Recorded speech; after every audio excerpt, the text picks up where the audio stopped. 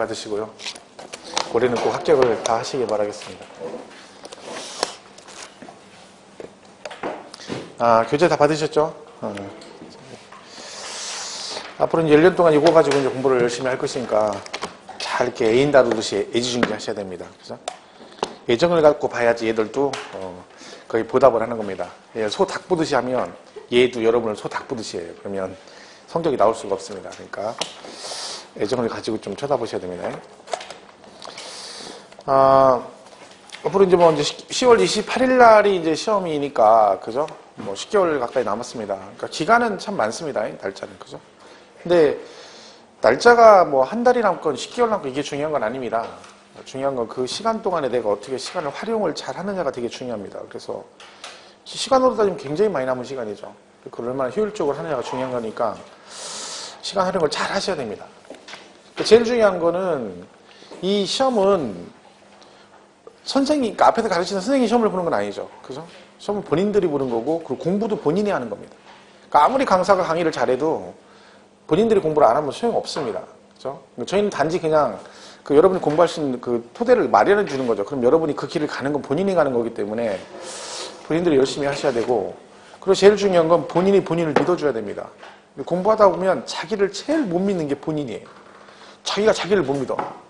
자꾸 그러니까 자신감이 떨어지면 공부가 안 되는 거죠. 그러니까 믿을 사람 본인밖에 없습니다. 그러니까 그죠? 좀 마음에 안 들더라도 계속 믿고 거울 보면서 참 이쁘게 생겼다, 잘생겼다 이렇게 세뇌해가면서 그죠? 공부를 하시면 됩니다. 그러면 잘 되겠죠? 일단 교재는 20페이지를 펴놓으시면 되고 20페이지 그죠?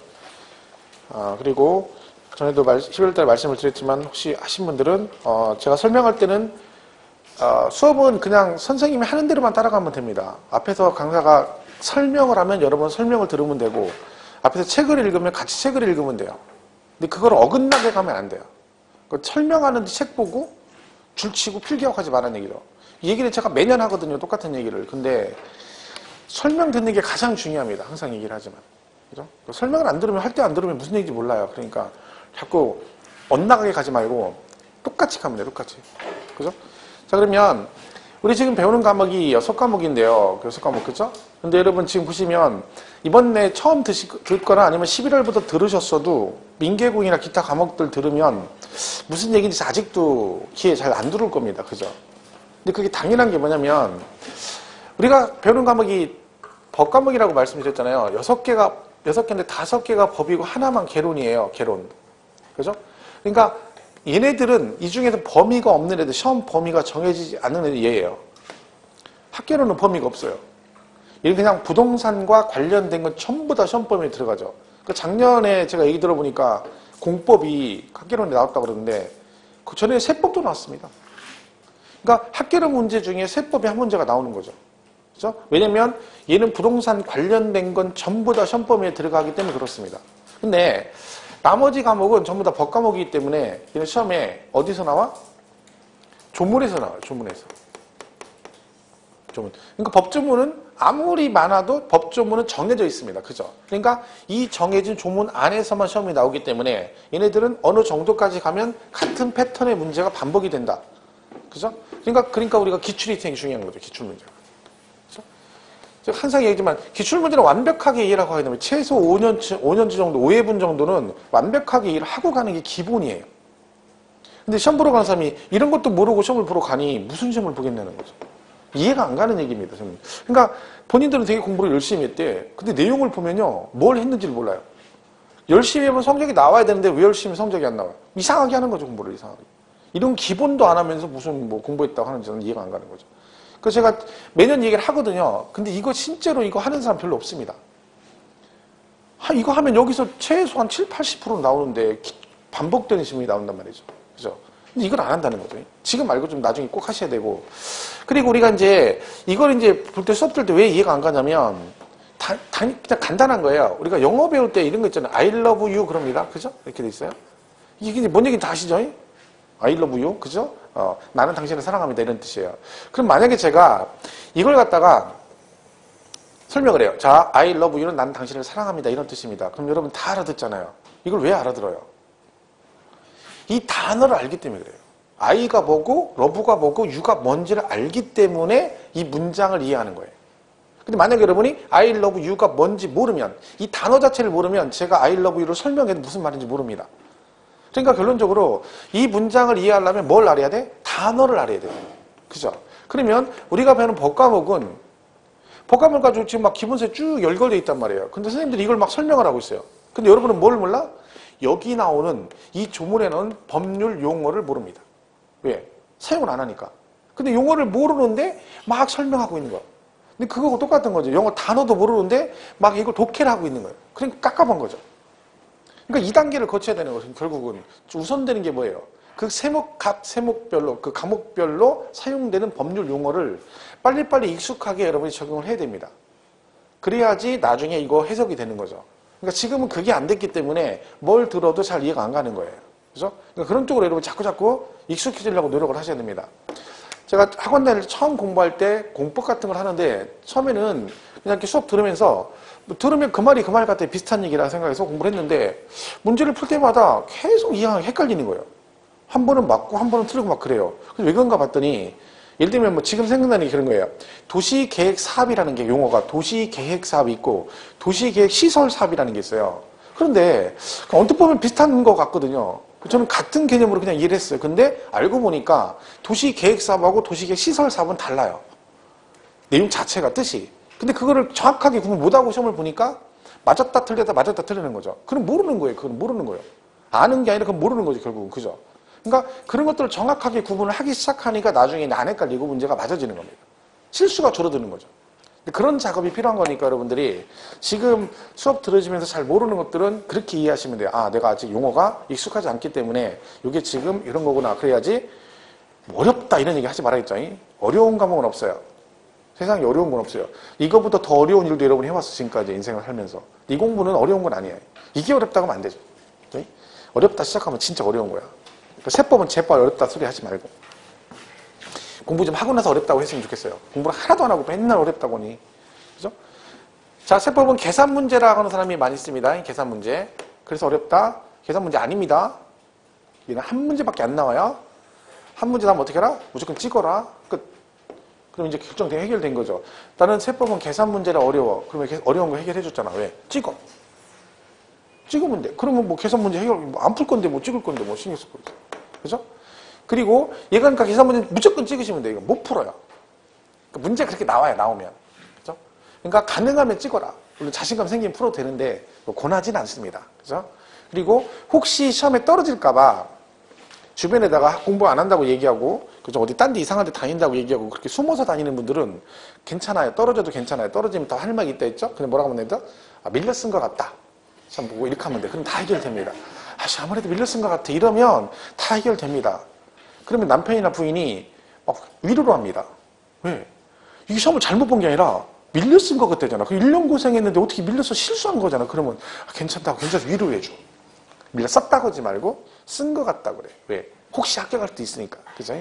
그리고 떨어지면 이거 봐 내가 진짜 내가 1년 공부 이게 뭔 짓이야. 이렇게 하면 끝나는 거예요. 그럼 뭐 그런 목적이 없는 거죠. 그러니까 마음 편히 공부하시면 돼요. 마음 편히. 그죠? 자, 오늘 공부하는 것은 세법이죠. 세법.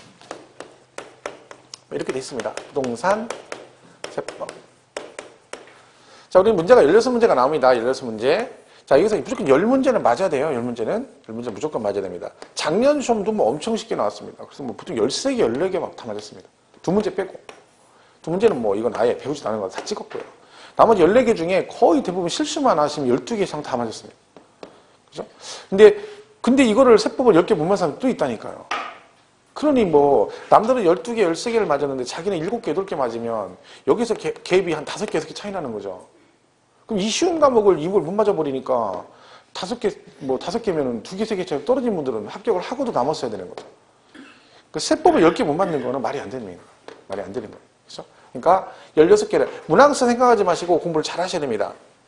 그러니까 공시하고 세법이 같이 돼 있다 했죠? 얘가 24개, 얘가 16개 나오지만 이거를 여기다가 집중하면 안 돼요. 여기 얘보다 8문제 더 먼다 해서 이거 막 열심히 하고 이거 한 70% 공부하고 이거 30% 이런 식으로 하면 시험 떨어져요. 얘가 24개가 중요한 게 아니에요. 그죠? 왜? 이게 묶어서 40이라 했죠. 묶어서 40. 그죠? 그러니까 얘가 중요해요. 얘 16문제 지적 12개, 등기 12개. 이렇게 돼 있잖아. 지적 파트 12문제, 등기 파트 12문제, 세법 파트 16문제 이렇게 된 거야. 그게 42점. 그리고 공부를 누가 봐도 상식적으로 공부를 어떻게 해야 돼? 이렇게 하나 맞는 거야. 왜 세법 파트가 16문제 나오잖아요. 제일 많이 나오잖아. 근데 이걸 과목으로 띄면 얘를 안 해버려. 나중에 후회합니다. 이건 매년 겪는 일이에요, 제가요. 이해가 안 가요, 저는. 얘를 하면 아무리 공부해도 조금만 하면 12개는 다 12개, 10개 이상 다 맞는데 왜 이걸 안 하는지 모르겠어요. 여기다 가는 게 이렇게 하는 거예요, 이거. 여기 더 나온다고 이걸 하는 게. 더 나오는 게 중요한 게 아니죠. 문제를 얼마나 쉽게 많이 맞출 수 있는가 중요한 거예요, 과목별로. 그죠? 그러니까 이렇게 생각을 하셔요, 이렇게. 그죠? 등기 말고 지적하고 얘. 여기만 28개 아니겠습니까? 그럼 여기서 24개도 맞을 수 있어요. 충분히. 근데 등기가 껴버리면 힘들어지는 거예요. 그죠? 그러니까 공부를 잘 하셔야 돼. 계획을 잘 짜야 돼. 그죠? 무조건 열심히 한다고 되는 게 아니에요. 무엇을 열심히 하냐가 중요하다. 그죠? 잘 모르면 앞에서 하는 대로 하면 안 돼. 제 말만 들어요. 다른 과목은 모르고 세법은 제 얘기만 들어. 그냥 남 얘기 듣지 말고 주변 사람 얘기도 듣지 마.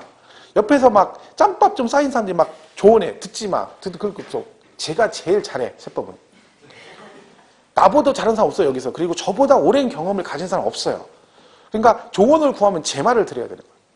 근데 자꾸 주변 사람 얘기 듣고 저쪽 듣고 뭐 그리고 주변 사람들한테 뭐 좋은 자료 있으면 주지 말고 본인만 보세요.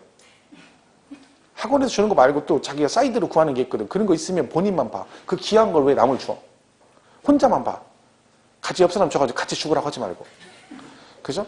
자꾸 누가 자료를 주면 같이 죽자는 얘기예요. 나 혼자 죽기 뭐하니까 너도 나랑 같이 죽자. 친하니까 그 뜻이야. 그 뭐 자료 구해서 주고 뭐 그런 거 하지 마세요. 학원에서 주는 것도 다 못하면서 뭐 이렇게 욕심만 많아가지고.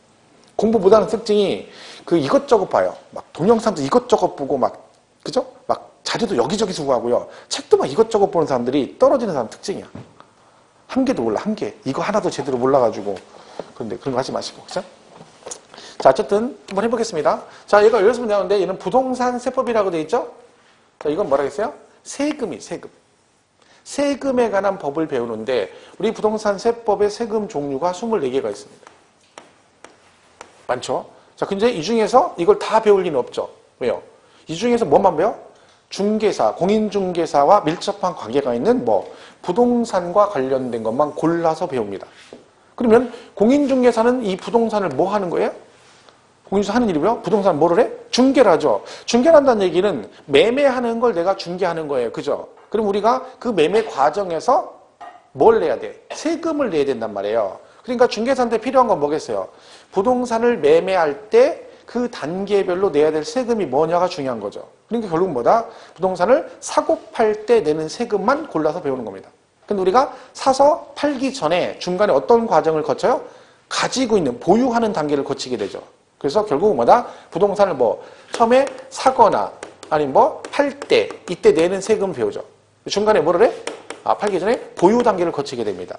그래서 결론적으로 우리는 부동산을 취득하거나 뭐하거나 보유하거나 그리고 양도했을 때 내야 될 세금을 배우는 게 세법이다 그랬습니다. 그래서 여기 있는 게 뭐 있다?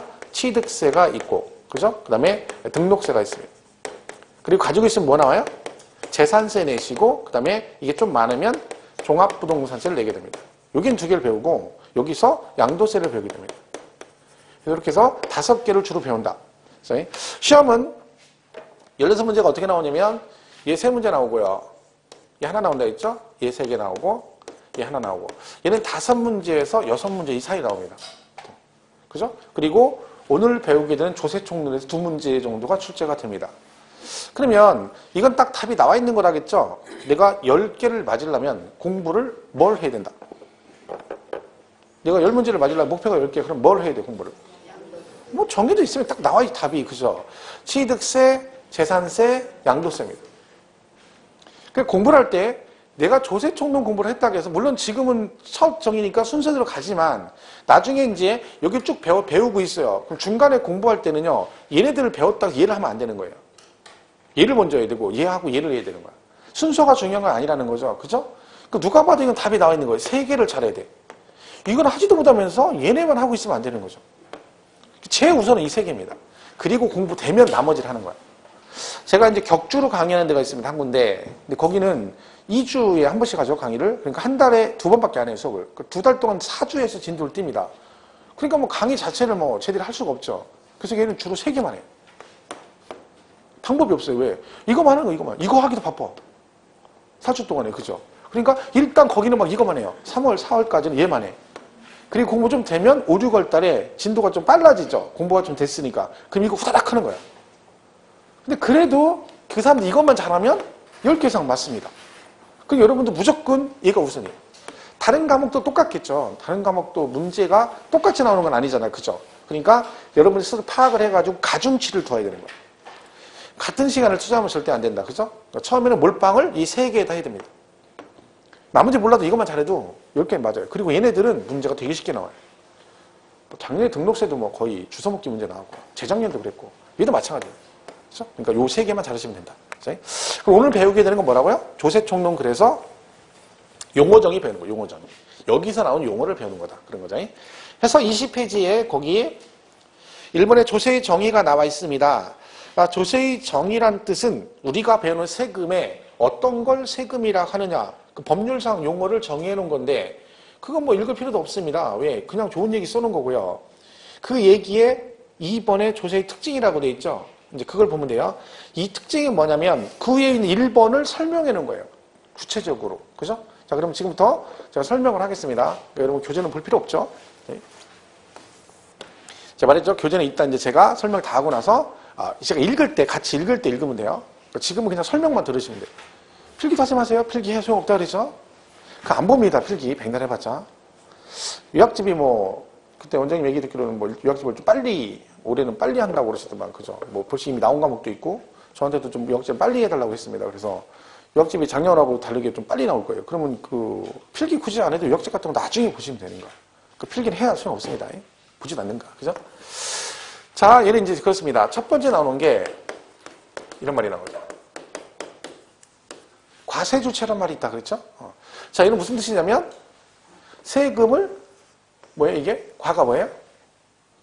세금을 부과, 그죠? 세금을 과세. 부과하는 주가 되는 단체다 그런 뜻이라 했죠. 그러니까 세금을 우리한테 부과를 하는데 그 세금을 부과할 수 있는 법적으로 세금을 부과할 수 있는 주가 되는 단체가 누구냐 그런 얘기죠. 결론은 세금은 누구만 부과할 수 있느냐 그런 뜻입니다. 세금은 누구만 부과할 수 있다? 국가와 지방자치단체만 부과할 수 있다. 그렇죠. 국가와 지방자치단체만 세금을 부과할 수 있습니다. 여러분 그 수도세면 수도세네. 수도세 내잖아. 수도세. 그죠? 수도세는 세금일까 아닐까? 수도세. 전기세는 세금이라 했잖아요. 전기세. 전기세는 세금이 아니에요. 세금일 것 같아 아닐 것 같아. 세금 아니고 개인이. 그죠? 수도세는. 그러니까 지금 제가 만약에 세금이냐고 아니냐고 물어보잖아요. 그러면 답을 해야 되는데 그 답을 어디서 찾아야 되냐면 제가 지금 뭐 설명하다 갑자기 그걸 물어봤어? 이거 설명하면서 갑자기 그러면 얘는 세금일까 이렇게 물어봤어요. 그럼 답을 어디서 찾아야 돼? 얘를 근거로 답을 찾아야죠. 이걸 근거로. 이거 설명하다 그 얘기했는데 엉뚱한 생각하면 안 되는 거죠. 자, 그러면 전기세나 수도세는 세금이다 아니다? 아니다. 왜 아니다? 그 지방 주체가. 그렇죠.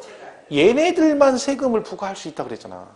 그죠? 그러니까 수도세나 전기세는 국가나 지방자치단체가 부과하는 게 아니죠. 그러니까 걔네 세금이 아닌 거야. 그 간단한 얘기, 단순한 얘기죠. 그죠? 그러니까 얘네들만 세금을 부과할 수 있다고 법으로 정해졌습니다. 그러면 얘가 부과하는 세금도 있고 얘가 부과하는 세금도 있다는 뜻이죠. 얘네가 부과하는 세금을 우리가 뭐라고 한다? 국세 그럽니다. 이름 뭐라 그러고? 지방세 그러는 거죠. 그러니까 우리가 누가 뭘 국세라고 하니? 라고 얘기하면 뭐라고 하면 돼요? 뭐가 국세야? 그럼 뭐라고 하면 돼요? 국가가 부과해서 국가 재정으로 들어가는 거고 지방세는 지방자치단체에서 부과해서 지방자치단체 재정으로 들어가는 걸 뭐라고 한다? 지방세. 그럼 끝나는 거예요. 단순한 얘기죠. 그럼 이 지방세는 지자체가 2개죠. 특, 광, 도가 있고 뭐가 있다? 시, 군, 구가 있습니다. 그러니까 이건 뭔 뜻이에요? 특광도에서 부과해서 특광도 재정으로 들어가는 것도 있고 그 다음에 시군구에서 부과해서 시군구 재정으로 들어가는 것도 있다는 뜻입니다. 이 중에 우리가 배우는 것 중에 특광도세는 취득세고요. 그죠? 여기 대표 주제는 재산세입니다. 그럼 잘 보세요. 이게 지금 보시면 우리가 국세는 국가가 부과하는 거고 지방세는 지자체가 부과하는 거다. 이게 끝! 이게 아니라 이 말이 뭔 뜻이냐면 자 지방세는요. 특광도와 시군구가 부과합니다. 그런데 취득세는 무슨 세라고요? 특광도세라고 돼 있죠. 이게 무슨 의미냐면 원주시의 건물을 취득을 하면 원주시 걸 취득했습니다. 부동산 이거를. 그럼 취득세를 내면 누가 가져간다? 강원도로 간다는 얘기죠. 춘천시의 건물을 취득하면 취득세 누가 가져가? 강원도. 그러니까 이 말 뜻은 얘네들이 부과한다는 의미도 있지만 과세 범위가 얘는 특별시 전체, 광역시 전체, 도 전체. 그러니까 특광도 각각에 대해서 과세가 된다는 얘기고 얘는요. 시, 군, 구별로 과세가 된다는 뜻이죠. 그러니까 재산세는 어떻게 된다는 거예요? 이 건물이 원주시에 있으니까 재산세를 내면 이걸 누가? 네, 강원도가 아니라 원주시. 춘천에 있는 건 춘천시 재정으로 들어간다는 뜻입니다. 자, 그러면 이걸 좀 확장해서 자, 우리 세법에 이런 말이 나오는데 이제 합산이란 말이 나옵니다. 합산. 합산이란 말은 말 그대로 뭐요? 합한다는 뜻이죠. 근데 우리 세법상의 모든 합산은 소유자별 합산 그럽니다. 그러니까 개인별로 합산한다. 개인별로. 그죠? 그러니까 무슨 얘기야? 부부지간 합산한다 안 한다? 개인별이니까 부부지간도 합산하지 않습니다. 부부간의 금슬이 아무리 좋아도 얘는 합산하지 않는다. 아직도 50이 넘어 50대 중반인데 마트 갈 때 남편하고 부인하고 손 붙잡고 다녀. 그래도 안 돼. 얘는. 왜? 50이 넘었는데 손 붙잡고 다니면 뭐 금슬이 좋은 편이죠. 아직까지. 그죠? 근데 그게 둘 중에 하나인 거예요. 진짜 금슬이 좋아서 붙잡고 가는 것도 있지만 하나는 끌려가는 거예요. 남편이. 일려가나? 일려가나? 그러니까 남편 붙잡고 끌려가는 거예요. 끌려가는 거예요. 그죠? 잘 봐봐. 나란히 걸으면서 웃으면 다행인데 와이프가 약간 반보 정도 앞서간다 그러면 남편은 끌려가는 겁니다. 마트 가는데 와야지 하고 끌고 가는 거지. 이게 손을 잡은 게 아니에요. 끌려가는 남편은 질질 끌려가는 거예요. 이게. 그죠? 대부분은 그렇죠. 그죠? 남자들 마트 가는 거 진짜 싫어합니다, 여러분. 그러니까 혹시나 이 여자분 중에 남편이 마트 가는 거 좋아하는 줄 알고 자꾸 가자고 하면 안 돼요. 싫어해. 할 수 없이 가는 거야. 그죠? 안 좋아합니다. 그리고 특히 옷 사러 갈 때 절대 데리고 가지 마시고. 아주 막 스트레스가 엄청 받습니다, 막. 그죠? 내가 옛날에 와이프 한번 따라갔다가 돌아버린 줄 알았습니다. 야, 근데 재래시장이 있는데 재래시장 옷가게가 수십 개예요. 야, 거기를 첫 집부터 끝집까지 다 갔어요. 근데 중요한 건 들어갔다 나왔다, 들어갔다 나왔다, 들어갔다 나왔다. 그럼 들어가서 눈으로만 보든가. 입어봐. 이거 좀 보세요, 입어보고. 이거 한 3개 입어봐. 그러더니 뭐라 그래. 저기 들렸다가 저기 들렸다 오게. 오긴 뭐라. 막 미쳐버린 줄 알았습니다. 결국 샀어. 어디서? 맨 첫 집. 진짜 거기 샀어요. 처음에는 그런 거. 거기 들어가서 고르고 다 놀고 와서 결국 거기서 샀다니까. 2시간 몇 분 만에. 우리는 뭐 가자고 아주 그냥 질색이야. 그죠? 근데 이런 마트는 한번 가버렸더니 계속 가야 돼. 마트는 혼자 안 가려고 그랬는데 나 맨날 포토니까 내가 끌고 나 짐꾼으로 데리고 가려고 그래. 혹시 여기 젊은 청춘들, 남자들 혹시 아직까지 한 번도 마트랑 와이프 간 적이 없다. 아니면 결혼 안 했다. 그러면 절대 가지 마세요. 한 번 길 들이면 발 들었으면 계속 가야 돼. 그러면 평생 가야 돼. 평생. 내가 산 증인이요. 말을 해주는 거야. 그죠? 잘 들으세요. 자, 그럼 얘는 개인별 합산이라고 돼 있죠? 자, 그럼 보세요. 이게 이런 뜻이에요. 개념을 잘 이해하시면 여기 이렇게 땅이 있어요. 근데 여기 이제 원주고 여기가 춘천이라고 하면 그죠? 자, 여기 토지가 있어. 토지가. 근데 이 토지가 만약에 합산 대상 토지다. 그럼 합하라는 얘기죠. 자, 근데 이 토지가 원주에 토지가 두 필지가 있어요. 토지가 이렇게 두 필지. 합산 대상 토지 두 필지가 있어. 근데 하나는 부인 거고요. 하나는 남편 거예요. 자, 그럼 이 두 개 합산한다 안 한다? 재산세가 많이 안 나온다. 재산세라고 해봐요. 재산세. 그럼 이 두 개 합산한다 안 한다? 이건 부인 거고 이건 남편 거예요. 두 개 합해 안 해? 안 한다니까. 수요자별이라니까. 이게 그 뜻이라니까. 개인별로 간다니까요. 남편은 남편 거, 부인은 부인 명의로 된 것만 합산하는 거죠. 그러니까 이렇게는 합산 안 해요. 그죠? 이게 그 얘기고. 자, 보세요. 그러면 여기도 있어요. 이렇게 토지가. 그러니까 토지가 원주에 두 필지가 있고 춘천에 두 필지가 있어요. 근데 전부 다 이게 갑 거예요. 그죠? 그럼 재산세가 나와요? 이거 합산해야 돼. 합산. 자, 이거 네 필지 합산한다? 따로따로 합산한다. 이 전부 다 갑 거예요. 재산세가 나와. 그러면 요 네 필지를 다 합산해서 세금을 계산할까요? 원주 거하고 춘천 걸 따로따로 합산할까요? 따로따로예요. 왜 그런지 아시겠죠? 재산세가 시, 군, 구세라고 했잖아. 그럼 결론은 그런 얘기야. 시군구별로 과세가 된다는 얘기니까 뭐가 됐든 합산도 시군구별로 합산하기 때문에 요 두 개만 합산해서 원주시에서 얘한테 고지서 보내면 얘가 세금을 내면 요거는 여기 재정으로 가는 거고, 그죠? 춘천건, 춘천거 두 개만 합산해서 고지서 보내면 세금 내면 일리 들어가는 거예요. 그죠? 그럼 만약에 얘가 나중에 종합부동산세를 낸다 쳐봐요. 종합부동산세. 종합부동산세는 국세거든요. 그러면 이때 얘도 합산해요. 그러면 이렇게 돼 있어요. 토지가 네 필지가 이렇게 돼 있어. 원주와 춘천에 있어. 이때 종부세 계산할 때는 요거 네 개를 합산할까요? 원주, 춘천 따로 할까요? 종합부동산세는. 다 합산해, 다 합산해. 왜? 얘는 국세거든요. 그럼 국세니까 국세는 합산은 어떻게 해? 전국 합산인 거예요. 왜 그래요? 얘는 국가에서 중앙정부에서 부과하니까 전국을 대상으로 하는 거잖아요. 그러니까 같은 합산이라도 국세는 전국 합산이고 지방세는 지방자치단체별로 합산하는 거예요. 그러니까 이런 것들은 기본 개념이죠. 근데 이게 섞여가지고 나중에 시험에 나와요, 문제에. 근데 그걸 못 풀어요. 헷갈린다 그런 거예요. 왜 헷갈리겠어요? 그냥 단순하게 여행 특강부세 시군구 이러고 끝나니까 그런 거죠. 근데 얘들이 이걸 구분한다는 얘기는 당연히 과세를 따로따로 한다는 얘기고 합산도 각각 한다는 얘기도 당연히 그죠. 그러니까 지방세 파트 문제 풀 때 뭐 전국 그런 말 나오면 무조건 틀리는 거죠. 재산세 문제 푸는데 뭐라고 하나? 전국에 소유하는 토지 어쩌고 하면 그 뒷건 읽을 것도 없는 거야. 왜? 무조건 틀려버리는 거지. 여기서 전국이 나오면 안 돼요. 여기서만 나와야 돼요. 여기서만. 그죠? 하여튼 그런 것들이 이게 사실은 이게 가만히 이렇게 막 계속 연결되는 것들이 되게 많거든요. 근데 아직은 우리가 개념이 안 섰기 때문에 그렇긴 한데 어쨌든 과세 주체는 요 두 개를 말한다. 국가하고 누구? 지방자치단체를 말한다. 이렇게 돼 있습니다.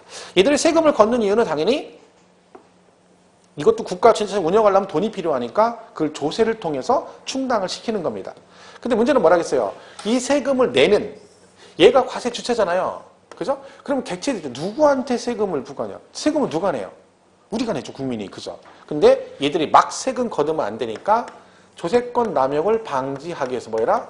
법률로 세금 부과 요건을 정해주고 이 요건이 충족되었을 때만 세금을 과세라 라고 정해져 있습니다.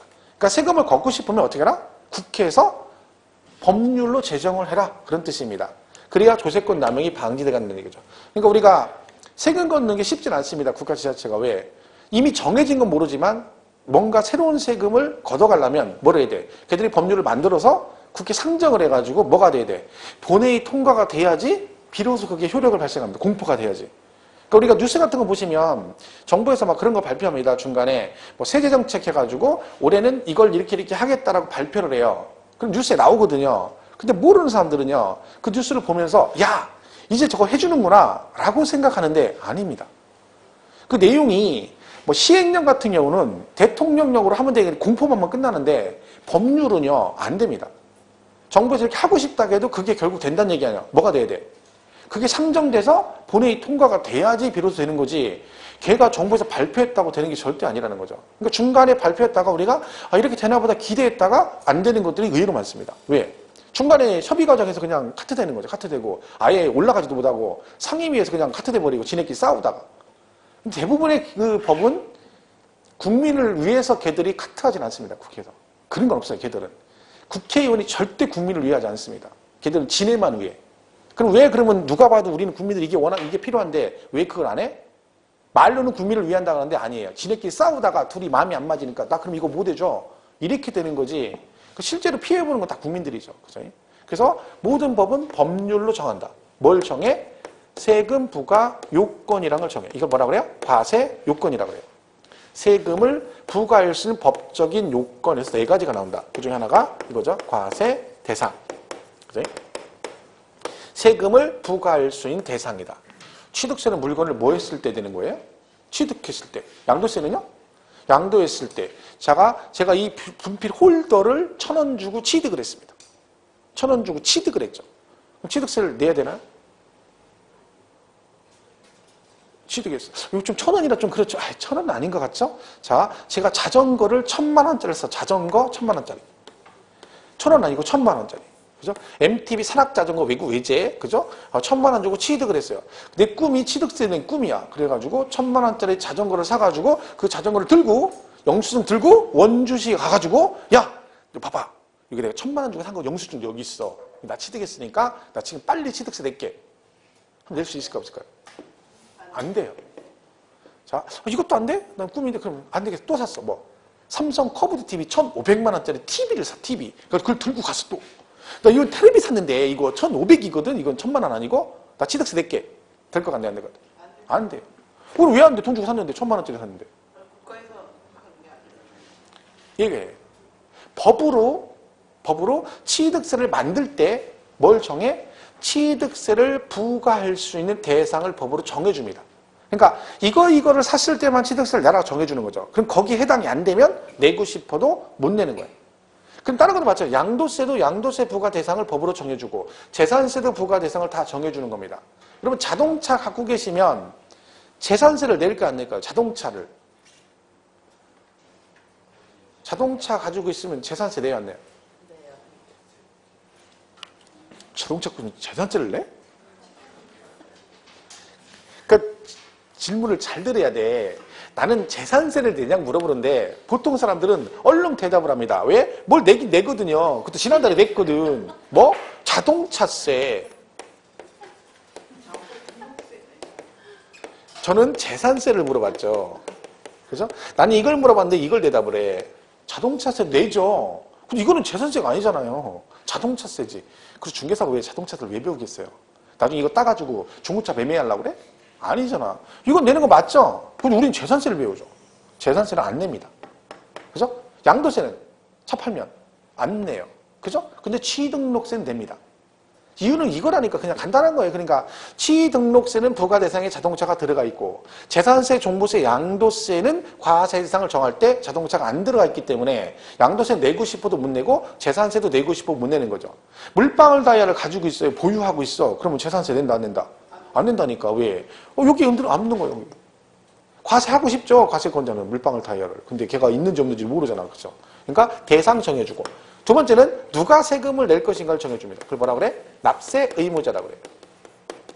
자, 세금을 납부할 의무가 있는 사람인데 국가나 지방자치단체는요. 누가 세금을 내는지 사실은 관심 없습니다. 왜?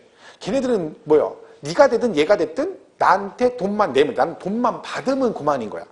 그러니까 누가 됐든 나한테 세금을 내면 되는데 문제는 뭐예요? 안 냈을 때 문제예요. 아무도 안 내. 그럼 누군가한테 그 세금 안 낸 거를 걷어야 되잖아요. 근데 그거를 법으로 이렇게 정해주는 거예요. 이런 경우는 네가 내고 이런 경우는 네가 내라고 법으로 정해주는 거죠. 왜? 그래야 나중에 뭐를 해? 세금을 안 냈을 때 걔한테 이 법적 근거에 의해서 과세를 하는 거죠. 안 내면 제재를 하고. 그래서 그걸 정해줘야 하는 거예요. 납세 의무자. 그 세금 중요한 게 뭐예요? 계산해야 되죠. 얼마를 내야 될지. 그죠? 그러려면 세금 계산할 때 그러면 도대체 기준 금액이 뭐냐?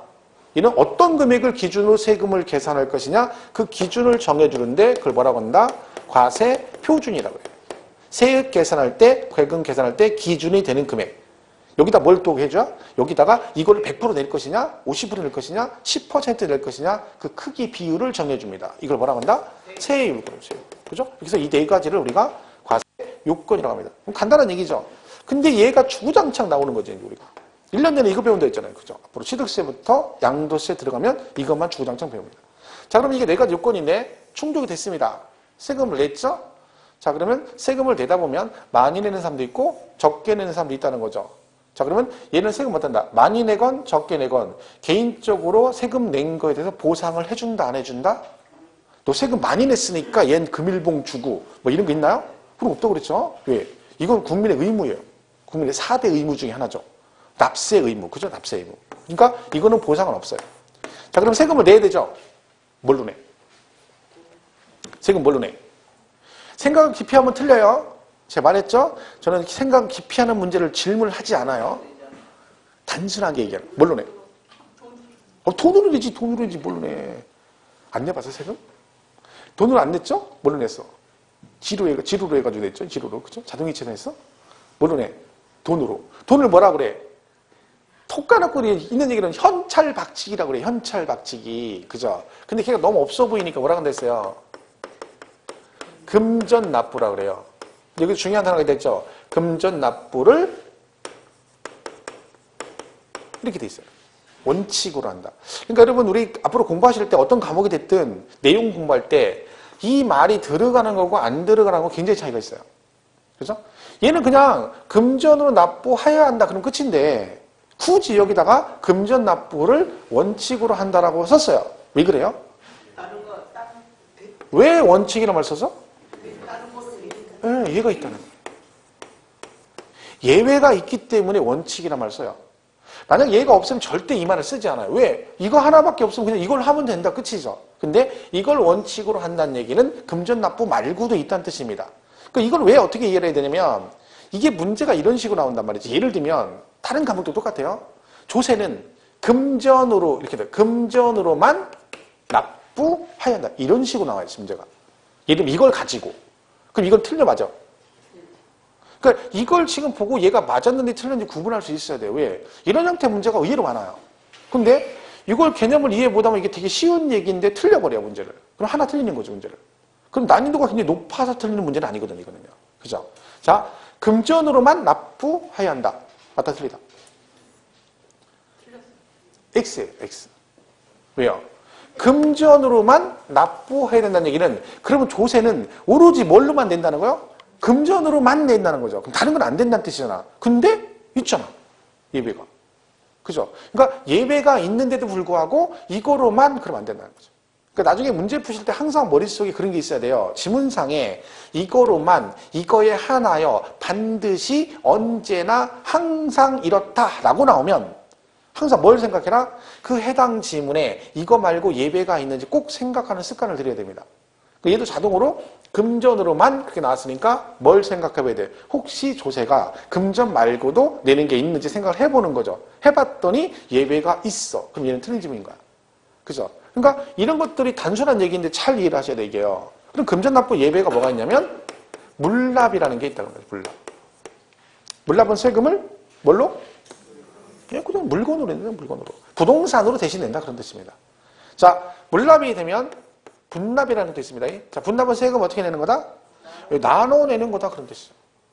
자, 근데 이 물납이나 분납은 무조건 되는 건 아닙니다. 왜냐면 일정 조건들이 있습니다. 근데 오늘은 그 조건까지 됐고, 자, 우리가 배우는 조세 중에 물납이 되는 조세가 재산세가 있습니다. 원래는요, 종합부동산세하고 양도세가 물납이 됐었죠. 그죠? 근데 작년 2016년도부터 폐지가 됐죠. 이 두 개는. 그죠? 얘는 안 되고. 이거 시험에도 막 나왔죠. 당연히 지문에, 종부세 지문에 물납 안 됩니다. 얘도 물납 안 되고. 얘는 물납이 되죠. 자, 물납이 되면 뭐또 분납이라는 것도 있습니다. 자, 분납은 재산세 분납 할 수 있습니다. 근데 종합부동산세 분납은 됩니다. 양도세도 분납은 돼요. 그러니까 이 두 개는 조금 조심하셔야 돼요. 대충 읽으면 나중에 틀려요. 종부세와 양도세는 뭐는 안 돼? 물납은 안 돼. 근데 뭐는 돼? 분납은 돼요. 근데 재산세는 물납도 되고 분납도 되는 거예요. 그죠? 그러니까 이걸 잘 구분하셔야 돼. 작년 시험에 재산세 분납이 정답으로 나왔고요. 분납이 양도세도 분납이 나왔습니다. 이 분납이. 그러니까 물납이 두 개 폐지되다 보니까 얘네들은 분납 얘기가 시험에 언급이 됐어요. 그것도 정답이었어요. 얘도 정답이 얘도 정답으로 나왔었죠. 그것도 되게 쉬운 얘기였어요. 재산세는 뭐 분납은 500만 원 초과되면 45일 안에 분납할 수 있다. 이거는 뭐 초등학생처럼 알고 가는 거거든요. 근데 걔가 정답이었어요. 옳은 걸 골라라. 얘도 마찬가지고 양도세도. 자, 그럼 보세요. 요걸 가지고 한번 답을 골라보세요. 1번 이렇게 나오죠. 물납 이렇게 나와요. 이렇게 나오고 2번은 이렇게 나와요. 물납. 네. 자, 1번은 물납 및 분납이 가능한 조세. 정답. 재산세? 재산세? 재산세? 여러분 특징이 뭐예요? 처음엔 얘기해. 재산세 했다가 내가 재산세? 그러면 재산세. 재산세? 재산세. 3번 이상 물어보면 그다음부터는 침묵 점점점입니다. 아닌가? 아닌가? 아닌가? 이렇게. 얘는 재산세. 얘는요? 2번. 끝? 그러니까 그러니까 이게 지금 이렇게 지금 이 상태면 여러분은 그럼 이 문제의 뜻을 이해를 못하는 거죠. 구분을 못하는 거. 1번하고 2번을 구분을 못하는 거죠. 예를 들면. 근데 이런 형태의 문제들이 세법은 잘 안 나오는데 이런 형태의 문제들이 중개사법은 되게 많이 나옵니다. 중개사법은 자 2번은 틀렸습니다. 이렇게 돼야 돼요. 얘는 이거고. 그죠? 정답이 얘는 재산세고 요거는 정답이 재산세, 종부세, 양도세가 정답입니다. 그죠? 왜 그래요? 근데 돈이 들어갔으면 안 되는 거 아니에요? 돈이 들어갔으니까 저게 정답인 거예요. 돈이 들어갔으니까. 그러니까 물론 이거 아니면 이거 둘 중에 하나 선택이다. 밑은 and 그리고. 그러니까 이 밑은 동시 충족을 말하는 거죠. 그러니까 물납이나 분납 하나를 말하는 게 아니라 물납도 되고 동시에 분납도 되는 거. 둘 다 되는 거 동식은 얘죠. 얘는 또는 뭐예요? 이거나 A 또는 B면 A나 B 둘 중에 하나라도 되는 거 그런 뜻이죠. 그러니까 물납이 됐든 분납이 됐든 둘 중에 하나라도 되는 거 그런 뜻이에요. 그러면 재산세는 물납 분납 다 되는 거 들어갈 테고 종부세는 양도세는 물납은 안 되지만 뭐는데 분납은 가능하죠. 그러니까 이런 식의 문제면 얘가 정답인 거고 밑이 들어가면 얘네들은 정답이 될 수가 없어요. 얘만 정답인 거죠. 그죠? 이게 구분 이런 식으로 가는 거죠. 그러니까 예를 들면 형태의 문제가 이렇게 나오면 제가 볼 때는 문제를 이렇게 내면 되게 쉽게 내면서도 의외로 많이 틀릴 수 있습니다. 왜? 작년에 2016년도에 개정되면서 그 전까지는 얘네들이 다 물납분납이 동시에 다 되는 거였거든요. 근데 작년에 개정되면서 재산세는 여전히 물납이 되고 얘네들만 물납이 폐지되다 보니까 이렇게 내버리면 잘못하면 또 얘만 고를 수도 있죠. 아니죠. 밑하고 또는 다릅니다. 이거는 이제 우리는 많이 안 나온다겠죠. 근데 말했죠. 중개사법은 이런 게 많아요.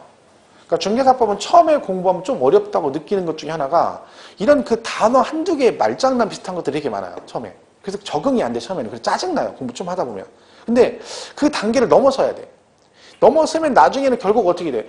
나중에 이런 거 또 나와요. 그냥 반복되는 거야. 이런 말장난이 몇 개 있어요. 근데 이게 계속 나와, 이제. 그럼 여러분 이게 지금 처음이니까 그렇지. 이거를 지금 2번, 3번, 4번, 5번 해보세요. 그럼 한쪽도 강구 프로도 맞추지. 그러니까 뭐든지 처음엔 다 힘든 거예요. 처음에는 어색하니까. 그죠? 그러니까 이게 어려운 거 아니에요. 이거는 그냥 구분하는 거죠. 그죠? 이런 식의 문제가 나올 수 있다. 그죠? 그런 거 잘하시면 돼요. 결론적으로 어쨌든 금전 납부를 원칙으로 하는데 예외적으로 물납이 가능하고 또는 분납이 가능하다. 그죠? 근데 둘 다 되는 건 재산세밖에 없고 종부세와 양도세는 뭐만 된다? 물납은 폐지됐고 분납만 가능하다. 이렇게 되어 있습니다. 자, 그러면 지금 뭐 그 조세 용어에 관한 정의에 관한 걸 쭉 설명을 드렸죠? 자, 그럼 한번 이걸 보겠습니다. 자, 조세는 누구만 부과할 수 있다? 과세 주체라는 게 있다겠죠? 자, 과세 주체는 누굴 말한다? 국가와 지방자치단체를 말합니다. 그래서 국가가 부과하는 세금을 뭐라 그러고? 국세 그러고 지자체가 부과하는 걸 지방세 그러는데 지자체는 특광도가 있고 시군구가 있다. 특광도세 대표 주자가 취득세고 시군구세 대표 주자는 재산세입니다. 얘가 세금을 걷는 경우는 재정 경비, 필요한 경비 충당하려고 하는 건데 세금을 거둘 때는 일정한 법률로 세금 부과 요건인 과세 요건을 정해주는데 그 과세 요건이 첫 번째가 무엇을 사고 팔았을 때 대상, 과세 대상이고 누가 세금을 낼 것이냐? 납세 의무자 정해주고 세액 산출할 때 기준 금액은 뭘로 갈 것이냐 과세 표준 정해주고 비율을 정해줍니다. 세율 이 네 가지 요건인데 이걸 세금을 내게 되면 개인적 보상은 안 해주고 세금은 뭘로 내는 걸 원칙으로 한다? 금전 납부를 원칙으로 한다. 즉 뭐가 있다? 예배가 있다. 뭐 물납 아니면 분납이 가능하다. 그죠? 이게 우리 배운 내용입니다. 별 얘기 없죠? 간단한 얘기들이잖아요. 제가 왜 이걸 이제 한 시간 길게 설명을 했냐면 설명을 듣는 게 중요하다는 얘기를 하고 싶은 거예요. 설명을 듣고 나서 다시 제가 얘기를 하면 생각했던 것보다 생각이 많이 납니다. 근데 여기 집중을 안 하면 수용 없습니다. 건너서 중간중간 이빨 빠져 이렇게 빠져버리면 생각이 났다 안 났다 그래요. 그러면 그건 아는 게 아닌 거죠. 그죠? 그만큼 설명 듣는 게 일단 중요합니다. 자, 교재 한번 보겠습니다. 교재 한번 읽고 오실게요. 20페이지 2번에 조세의 특징이라고 돼 있죠. 자, 양가로 1번에 과세 주체라고 돼 있죠. 다른 말로 과세권자 그래요. 자, 근데 그 밑에 내용을 읽을 필요가 없어요. 왜? 자, 내가 이 지문에 과세 주체라는 단어를 읽었어요. 근데 단어 읽자마자 과세 주체란 말 읽자마자 얘가 무슨 얘기인지 알 수 있으면 안 읽어도 되는 거야. 자, 과세 주체가 뭐라고요? 세금 부과하는 주체, 국가, 지자체를 말한다. 이 끝이에요. 그럼 이거 공부할 때 거기 읽을 필요가 없어. 왜? 그거 안 읽어도 돼요. 중요한 얘기 아니거든요. 그러니까 이걸 공부할 때는 그냥 과세 주체, 세금 부과하는 주체인데 국가 지자체를 말한다. 끝. 밑에 읽을 거 없고. 오른쪽 2번에 조세 부과 목적도 소용없습니다. 세금 부과 목적은 굵은 구치로 재정 수입 조달에 있다. 이게 끝이에요. 그리고 물어보진 않아요. 시험에서는. 3번 과세 근거는 세금을 부과하려면 법률로서 세금 부과 요건을 정해주는데 과세 근거는 법률에 의해서 합니다. 근데 뭘 정해줘? 과세 요건을 정해준다. 밑에 참고 표시에 과세 요건 4개가 나와 있죠. 과세 대상, 납세 의무자, 과세 표준, 세율이 이에 해당한다라고 돼 있죠. 3번 밑에, 그죠? 양가로 3번 밑에 당고 표시, 아니 참고 표시에. 4번은 비대가성이라고 돼 있죠. 이게 뭔 얘기예요? 개인적으로 보상 안 해주겠다 그런 뜻입니다. 5번만 보시면 납부 방법은 조세는 금전 납부를 원칙으로 하나, 그죠? 납세 의무자의 납세 편의 등을 고려하여 예외적으로 부동산 관련 조세는 물납 또는 분할 납부를 예외적으로 인정하고 있다라고 돼 있죠. 해서 거기 표에 뭐 물납되는 거, 분납되는 거 쭉 나와 있습니다. 지금은 제가 이제 금액 같은 건 일부러 얘기는 안 했습니다. 왜 숫자 같은 거 괜히 또 막 숫자로 어렵다고 할까봐 일단은 개념만 이해하시는 쪽으로 가면 돼요. 이 숫자는 지금 안 해오셔도 돼요. 나중에 보시면 됩니다. 그래서 자, 이게 조세 정의다. 보시면 되겠습니다.